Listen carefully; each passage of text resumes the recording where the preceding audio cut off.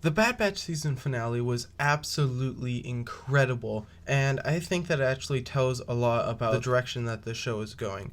But first, if you haven't watched it yet, go ahead and pause this video and watch it because it's absolutely incredible and I don't think you should be spoiled for it. And then after you watch the show, then come back and watch today's episode of Star Wars Nerds and Geeks.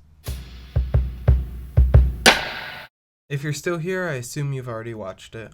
But let's talk about that finale. Ooh, that was amazing. I can't wait until the second part comes out. But like I said, this episode shows a lot about the way that the show is going. So I could be totally wrong about this, but I'm pretty sure that the Bad Batch is turning into a more dark and serious show. And I say that not only because of the things that are happening in the finale, but also because of the shots, the camera shots in the finale. So first, the things that were happening at the end of the finale, as you know, Kamino, there was completely being destroyed.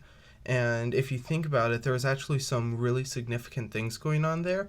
Kamino was the birthplace of the clone troopers, and the clones fought and defended it. There was even episodes in the Clone Wars where the clones gave their lives to defend Kamino. And then in the finale of the Bad Batch, we see clone troopers, or I suppose we only see the one officer who I assume is a clone trooper. If I can find him, this is him on screen. I only assume he's a clone trooper because of his voice.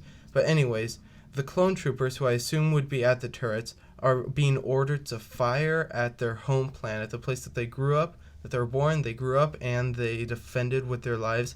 Now they're being told to blow it up, and they do it without a second thought. So that seems like it's going to become pretty dark because of that. And then second off, the shots make me think that it's going to become more of a serious show.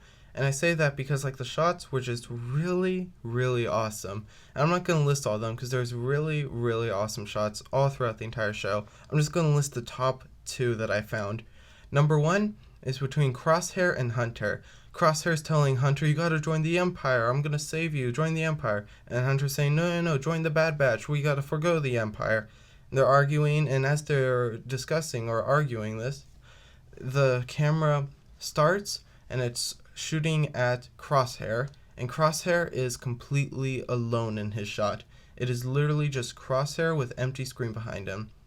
And then the camera switches to Hunter, and it's Hunter with Wrecker and Echo and Tech on all around him.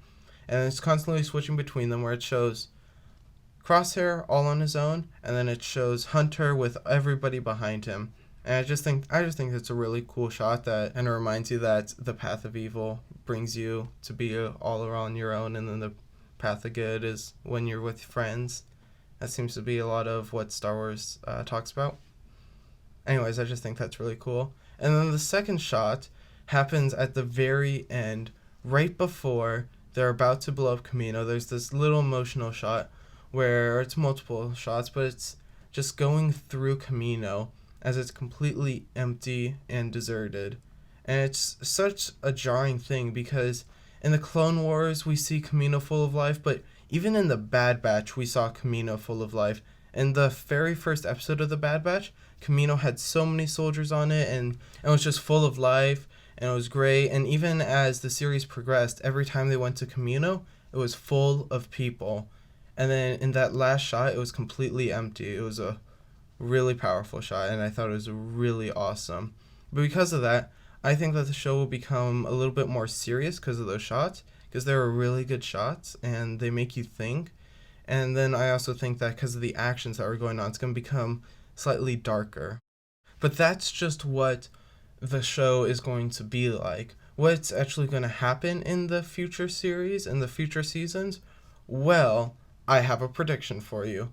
See, a lot of this episode was about Crosshair and the Bad Batch, especially Crosshair and Hunter.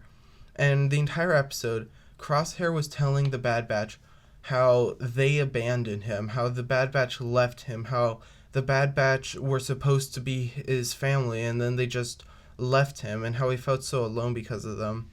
And then the Bad Batches, or Hunter specifically, is telling Crosshair that they had no choice, they had to leave him, and that if they hadn't left him then they would have died, and that Crosshair is actually being manipulated by the chip. And then of course we get the big reveal that Crosshair has removed his inhibitor chip, which, by the way, I figured out. I just want to say I figured out that Crosshair removed his inhibitor chip. I was very excited. I was going to make an entire video on it, and then they revealed it, and I was very happy because my theory was right, but I was also very sad because I couldn't make a video on it.